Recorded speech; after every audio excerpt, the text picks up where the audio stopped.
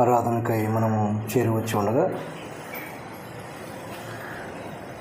కొన్ని తలంపులు జ్ఞాపకం చేసుకున్నాం. మరికొన్ని సంగతులు తలంచుకొని ఆ తలంపుల ద్వారా ఆరాధనలో ముందుకు సాగుదాం. యోహాను సువార్త 4వ అధ్యాయం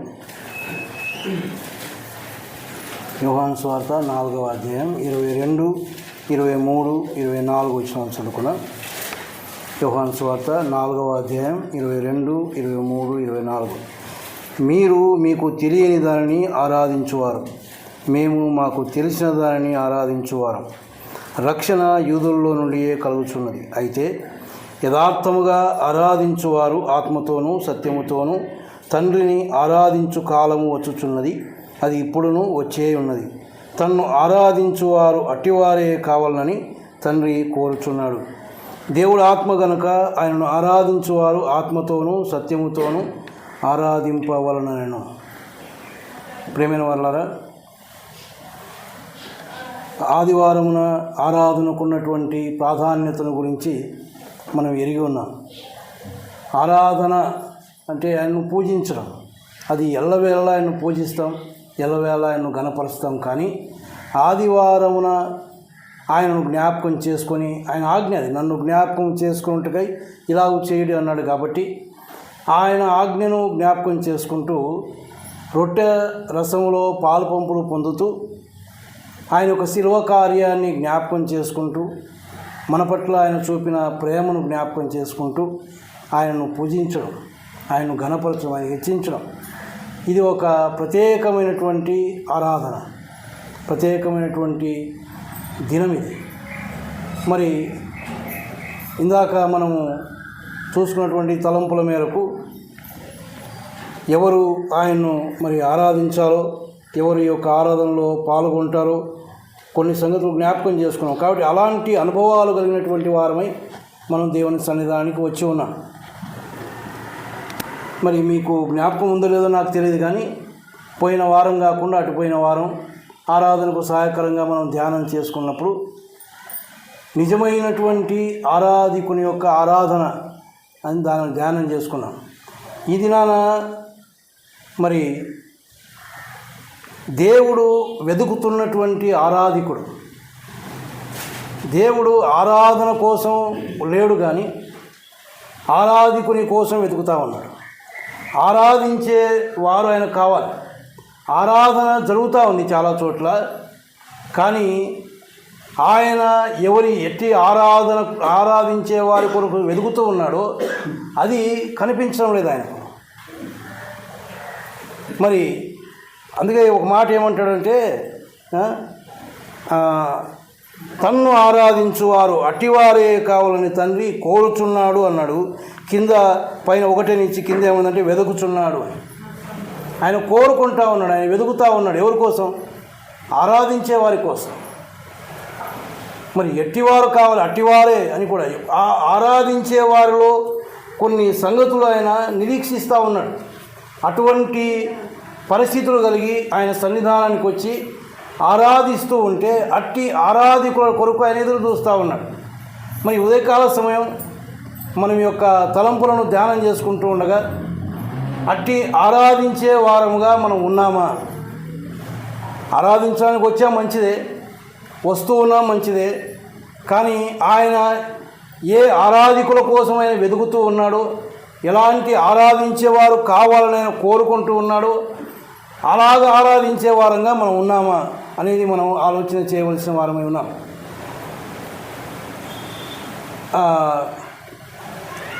ఇక్కడ మనం చదువుకున్నటువంటి భాగంలోనే 23వ వచనంలో అన్నాడు, యథార్థముగా ఆరాధించువారు అన్నాడు. ఆయన వెతుకుతున్నది ఎలాంటి ఆరాధికుల కొరకు అంటే యథార్థముగా ఆరాధించేటటువంటి ఆరాధికుల కొరకు ఆయన ఎదురు చూస్తూ ఉన్నాడు. అంటే నిజమైనటువంటి ఆరాధన, లోపల ఒకటి బయటకు ఒకటి కాకుండా నిజంగా మన యొక్క అంటే సత్యముతో అని కూడా తర్వాత అన్నాడు.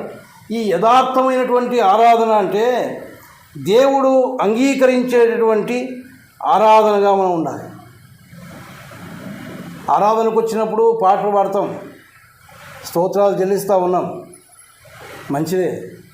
కానీ యథార్థమైనటువంటి ఆరాధన ఆయన ఎక్కడ చూస్తాడు? మన హృదయాన్ని చూస్తాడు ఆయన. మనం ఆరాధిస్తూ ఉండగా మన హృదయాలను చూచేవాడు ఆయన.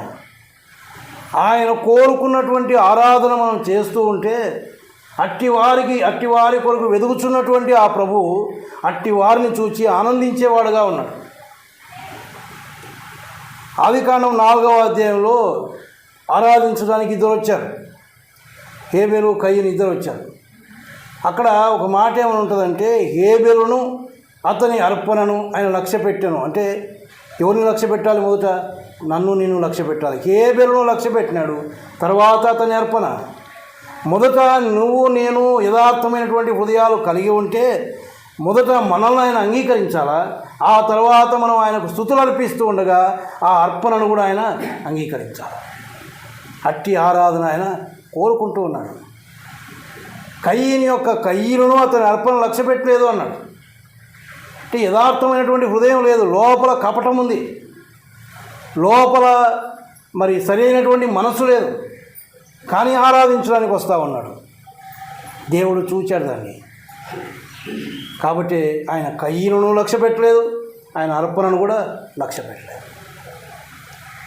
కీర్తనల గ్రంథం 51వ కీర్తనలో మనకు తెలిసిన మాటని, విరిగిన మనస్సు, విరిగి నలిగినటువంటి హృదయం ఆయనకి ఇష్టమైన బలి అని మనం చూస్తాం.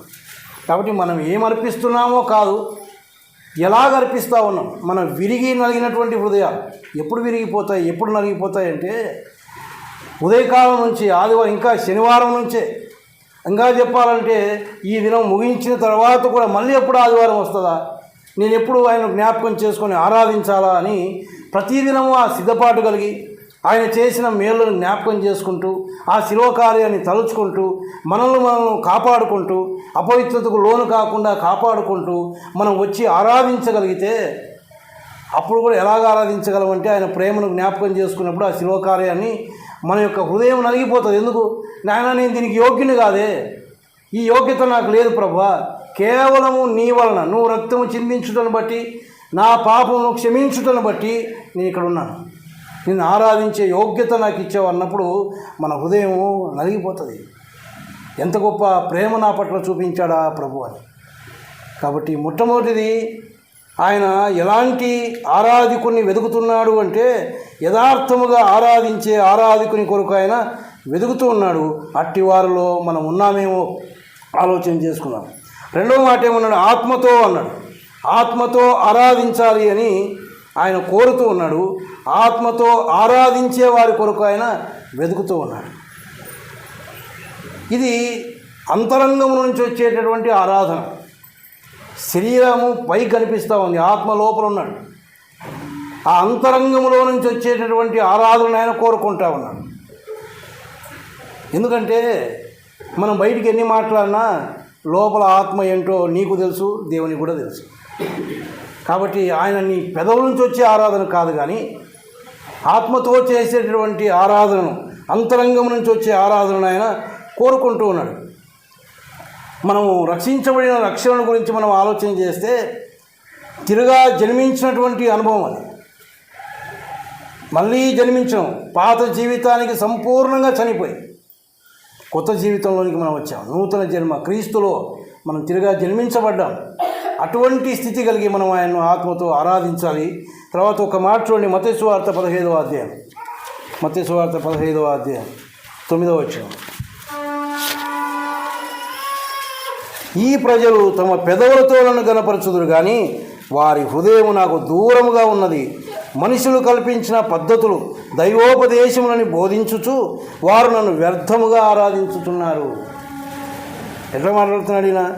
తమ పెదవులతో నన్ను గనపరుస్తూ ఉన్నారు, కానీ హృదయం ఎక్కడుంది? దూరంగా ఉంది. హృదయం దేవునికి సమీపంగా లేదు, కానీ పెదవులతో మాత్రం ఆయన్ను దాని గురించి ఏమంటా ఉన్నాడంటే నన్ను వ్యర్థంగా ఆరాధిస్తా. ఆ ఆరాధన వ్యర్థం. నువ్వు పెదవులతో ఎన్ని మాటలు పలికినా, ఎంత మంచి మంచి పదాలు పలికినా అవన్నీ వ్యర్థమే. ఇంకా దానివల్ల ఏ ప్రయోజనం లేదు. ఆయన కోరుకునేది అది కాదు. ఆయన వెతుకుతున్న ఆరాధికుడు పెదవులతో ఆరాధించే ఆరాధికుని ఆయన వెతకడం లేదు. హృదయపూర్వకంగా ఆత్మతో ఆరాధించే ఆరాధికుని కొరకు ఆయన వెతుకుతూ ఉన్నాడు. అట్టి ఆరాధికులుగా మనం ఉన్నామో లేదో మనమే ఆలోచన చేయాలి. మన అంతరంగం ఎలా ఉందో మనం పరీక్షించుకోవాలి.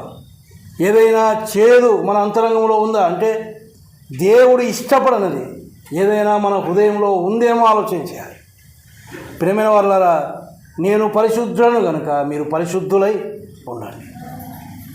పరిశుద్ధులుగా ఉండడానికైనా మనల్ని పిలిచినాడు. క్రీస్తు యేసునందు పరిశుద్ధపరచబడిన వారై పరిశుద్ధులుగా ఉండుటకు పిలువబడినవారు అన్నాడు. అంటే పరిశుద్ధత అనేది చాలా శ్రేష్టం. అదే దేవుడు కోరుకునేది. ఆ పరిశుద్ధత ఎక్కడ కోల్పోయినా, ఎందులో కోల్పోయినా, ఆ పరిశుద్ధత కోల్పోయినటువంటి వారంగా మనం ఎంత ఆరాధించినా అది వ్యర్థమైనటువంటి ఆరాధన. కాబట్టి అలాంటి ఆరాధన కొరకు, అట్టి ఆరాధించే వారి కొరకు ఆయన ఎదురు చూడడం లేదు, వెతకడం లేదు. కానీ ఆత్మతో ఆరాధించే, అంతరంగంలో నుంచి ఆరాధించే ఆరాధికుని కొరకు ఆయన కనిపెడతా ఉన్నాడు, లేక వెతుకుతూ ఉన్నాడు. తర్వాత సత్యముతో ఆరాధించే వారి కొరకు ఆయన వెతుకుతూ ఉన్నాడు. ఈ సత్యము అన్నప్పుడు దీంట్లో రెండు విషయాలు మనకు కనిపిస్తాయి. ఒకటి, నేనే సత్యం అన్నాడు ఆయన, నా వాక్యమే సత్యం అన్నాడు. రెండవది, సత్యముతో ఆరాధించడం అన్నప్పుడు క్రీస్తును కలిగి మనం ఆరాధించాలి. క్రీస్తును కలిగి ఉన్నాం అని చెప్పడానికి ఆధారాలు ఉండాలి. మరి క్రీస్తు యేసును కలిగిన ఈ మనస్సు మీరును కలిగి ఉండుడి అన్నాడు. మరి క్రీస్తును మనం కలిగి ఉన్నామన్నప్పుడు ఆయన కలిగిన మనస్సు మనకుందా? ఆయన ఎలాంటి మనసు కలిగి ఉన్నాడు? అసలు కొన్నిసార్లు మనం కొంతమందిని క్షమించలేకపోతా ఉన్నాం.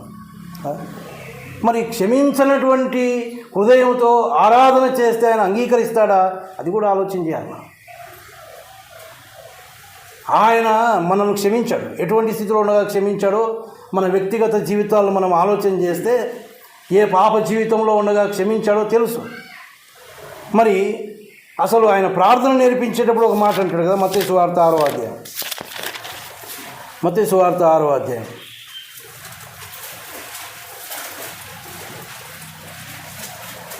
11వ వచనం, 12వ వచనం. మా రుణస్థులను మేము క్షమించి ఉన్న ప్రకారం మా రుణములు క్షమించుము అన్నాడు. తర్వాత 15వ వచనం, మీరు మనుషుల అపరాధములను క్షమింపకపోయినడలా మీ తండ్రి మీ అపరాధములను క్షమించడు. కాబట్టి మనము క్రీస్తును కలిగి ఆరాధిస్తున్నామన్నప్పుడు క్రీస్తుకు కలిగినటువంటి ఆ స్వచ్ఛమైనటువంటి, ఆ నిర్దోషమైనటువంటి మనసు మనం కలిగి ఉండాలి. ఆ మనస్సు కలిగి మనం ఆరాధించగలిగితే ఆ ఆరాధనను ఆయన అంగీకరిస్తాడు, ఆయన ఆగ్రహిస్తాడు. అట్టి ఆరాధించే వారి కొరకు ఆయన ఎదురు చూస్తూ ఉన్నాడు. రెండవదిగా, నీ వాక్యమే సత్యం అన్నాడు. వాక్యానుసారమైనటువంటి ఆరాధన. వాక్యము ఏది చెబుతా ఉందో, ఏదో ఏ సిద్ధాంతాలు కాదు, కానీ వాక్యమేం చెప్తా ఉంది. ఆ వాక్యానుసారమైనటువంటి ఆరాధన మనం చేయాలి. అప్పుడే ఆ ఆరాధనను ఆయన అంగీకరిస్తాడు అని దేవుడు మనకు జ్ఞాపకం చేస్తూ ఉన్నాడు. ప్రియమైన వాళ్ళారా, ఒక విషయాన్ని నేను ఊరికే ఒక మాట మీకు ముందు నుంచి వెళ్ళిపోతాను. లేవీకాండం ఆరాధన తలంపులు కాబట్టి దాన్ని ఎక్కువగా వివరించకుండా ఒక మాట చెప్పి నేను ముందుకు వెళ్ళిపోతాను. లేవీకాండం 10వ అధ్యాయం మొదటి 2 వచనాలు.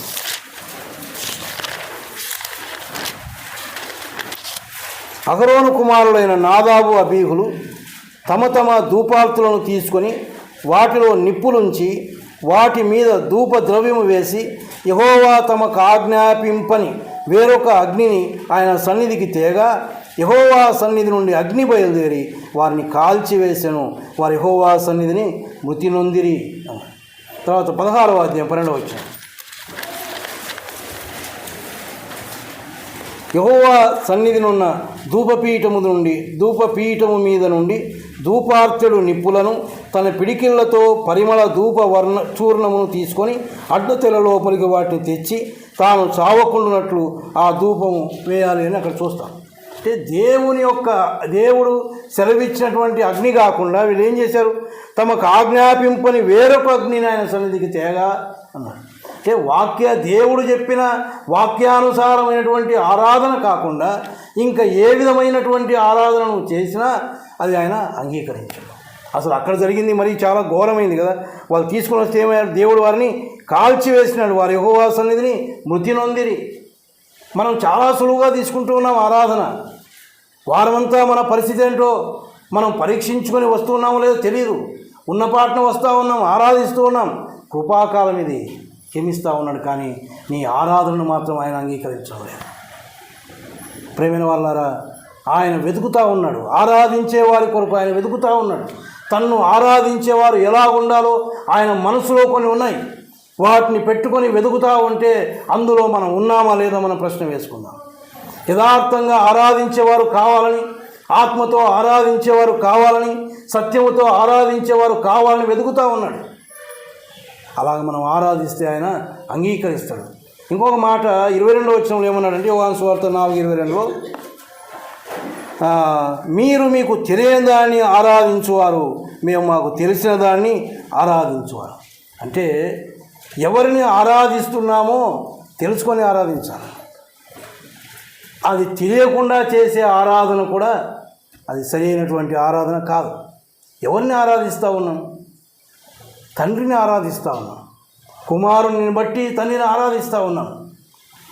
మరి ఆ తండ్రిని ఆరాధించేటప్పుడు ఏ కుమారునైతే మన కొరకు ఇచ్చాడో ఆ కుమారుని యొక్క సంగతి మనం అర్థం చేసుకొని, ఆయన ఎవరో సంపూర్ణంగా తెలుసుకొని, ఆయన ప్రేమను తెలుసుకొని, ఎందుకు ఆయన శిలువలో బలి అయ్యాడో, ఆయన చూపిన ప్రేమ ఏంటో, ఆయన ఉన్నతమైన స్థితి ఏంటో, ఎంతగా దిగజార్చుకున్నాడో, మన కొరకు ఎంత దిగజారిపోయాడో, ఇవన్నీ ఆలోచన చేసుకొని ఆయనను సంపూర్ణంగా తెలుసుకొని మనం ఆరాధించగలిగితే ఆ ఆరాధన ఆయన ఆగ్రహించేవాడు. మీరు తెలియని ఆరాధన చేస్తూ ఉన్నారు, మేము తెలిసిన దాన్ని ఆరాధిస్తాం. మరి ఏ ఆరాధన చేస్తూ ఉన్నాం మనం? తెలుసా యేసు ప్రభు ఎవరు? ఆయన నీ కోసం ఎంతగా ఆ శ్రమలు పొందాడో తెలుసా? ఆయన ఎంత అవమానం పొందాడో తెలుసా? నువ్వు చేసినటువంటి పాపాలు, విపరీతమైన పాపాల కొరకు, ఆ పాపంలోకి రావాల్సిన శిక్ష మనదై ఉండగా ఆయన ఆ శిలువలో నలగొట్టబడినాడు. ఆయన హేళన చేయబడ్డాడు, అవమానపరచబడ్డాడు, ఉమ్మి వేయించుకున్నాడు. కొరడాలతో కొట్టారు ఆయన్ను. ఏ పాపం లేదు ఆయనలో. 4 న్యాయస్థానాల ముందు నిలబెట్టారు ఆయనలో పాపం ఉన్నది అని ఎవరు రుజువు చేయలేదు. కానీ ఇదిగో మనందరి పాపం ఆయన మీద మోపబడ్డాయి. ఆ శిక్షను ఆయన భరించాడు. అది తెలిసి ఉంటే మనం ఆరాధించాలి. అది అర్థం కాకపోతే ఏం ఆరాధించగలం? ఆయన ప్రేమని అర్థం కాకపోతే ఏం ఆరాధించగలం ఆయన? కాబట్టి ఆయన ఎవరో తెలుసుకొని ఆయన ఆరాధించే ఆరాధికులు కావాలి. మన కొరకు ప్రాణం పెట్టినటువంటి ఆ దేవుణ్ణి తెలుసుకొని మనం ఆరాధించే వారంగా ఉండాలి. తర్వాత కృతజ్ఞతతో ఆరాధించేవారు కావాలని ఆయన కోరుకుంటూ ఉన్నాడు. ఎప్పుడు వస్తుంది కృతజ్ఞత? ఆయన చూపిన ప్రేమ, ఆయన చేసిన కార్యాలు అర్థమైతే మనస్సు కృతజ్ఞతతో నిండుకుంటుంది. ఇలాంటి ప్రభువును నా కొరకు ప్రాణం ఇచ్చి ఇంతగా నా కోసం ఆయన చేసినటువంటి ఆ కార్యాలకు ఏమి చెల్లించగలను నేను అని ఒక కృతజ్ఞతా భావం మనలో వస్తే, ఆ కృతజ్ఞతా భావంతో దేవుని సన్నిధానంలోనికి వచ్చి మనం చేసే ఆరాధన ఆయన అంగీకరిస్తాడు. కాబట్టి ప్రేమైన వాళ్ళారా, ఈ ఉదయకాల సమయమున ఆయన ఆరాధనకు ప్రాధాన్యత ఇవ్వడం లేదు. కానీ ఆరాధించే ఆరాధికులు ఎట్టివారై ఉండాలో వారి కొరకు ఆయన వెతుకుతూ ఉన్నాడు. వారు యథార్థమైన ఆరాధన చేసేవారుగా ఉండాలని, వారు ఆత్మతో ఆరాధించేవారుగా ఉండాలని, సత్యముతో ఆరాధించేవారుగా ఉండాలని, తనను తెలుసుకొని ఆరాధించేవారుగా ఉండాలని, కృతజ్ఞతా భావం కలిగి ఆయన ఆరాధించేవారుగా ఉండాలని ఆయన అలాంటి ఆరాధికుల కొరకు ఆయన వెతుకుతూ ఉండగా, అట్టి వారిలో నువ్వు నేను ఉన్నామా ప్రశ్న వేసుకొని ఆయన ఆరాధిద్దాం. అట్టి ఆరాధన మనం చేయగలిగితే ఆయన ఎంతో సంతోషంగా దాన్ని ఆగ్రహించగలడు. కనుక అట్టి ఆరాధన మనం చేసేవారంగా మరి ఉండడానికి దేవుడు తన కృప అనుగ్రహించుగాక.